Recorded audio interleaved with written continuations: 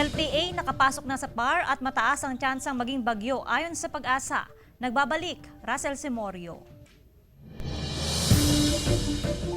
Nasa loob na ng Philippine Area of Responsibility ang binabantayang low pressure area na mataniya ng Pag-asa sa silangan ng Hinatuan, Surigao del Sur. Sa mga susunod na oras, posible itong maging bagyo at tatawaging Bagyong Rosal, ang ika-18 bagyo ngayong 2022. Bukas kikilos ito patungong Bicol Region at silangan ng Northern Luzon. Ayon sa Pag-asa, umiiral sa malaking bahagi ng bansa ang easterlies na nagdadala ng mainit na panahon. Pero ilang lugar sa Hilagang Luzon, kabilang ang Cagayan at Batanes, ang apektado ng shear line na nagdudulot ng malalakas na pag-ulan. Samantala, itinaas ng Pag-asa ang gale warning sa mga seaboard na sakop ng Hilaga at Gitnang Luzon. Pinagbabawalan munang pumalaot ang mga maliliit na sasakyang pandagat. At ito may taas na 3.5 to 5 meters. So lalo pag sapit ng hapon o madaling araw, nagkakaroon tayong ng matataas na pag-alon. Kahit mataas ang alon sa dagat, dinayo pa rin ng ilang bisita ang Tondaligan Beach. May mga lifeguard na nagbabantay sa mga naliligo para maiwasan ang mga insidente ng pagkalunod.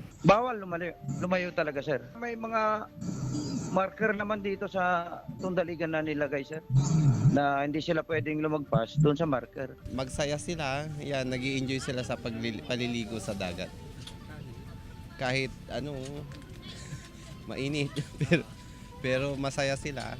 Kasama si Henry Domencil, Russell Simorio, 1 North Central Luzon.